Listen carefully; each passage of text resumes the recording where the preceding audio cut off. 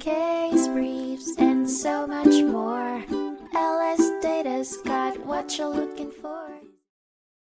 A 1984 case, Dennis v. Rhode Island Hospital Trust National Bank, focused on the violation of a trust's duty of impartiality, prompting the court to assume that a fair trustee would have maintained the property's real value from 1950 through the present day. Alice M. Sullivan created a trust in 1920, with interests in 3 commercial buildings in Providence that were authorized to be sold by the trustee after her death. The trustee sold the buildings at their lowest value, resulting in $185,000 for the trust's interests. Alice's great-grandchildren sued the bank trustee for breaching its fiduciary duty, and the district court ordered a surcharge of $365,000 to restore the real value of the trust's principal to its 1950 level. The appellate court affirmed the judgment, finding that the 1950 sale was lawful and that collateral estoppel could apply.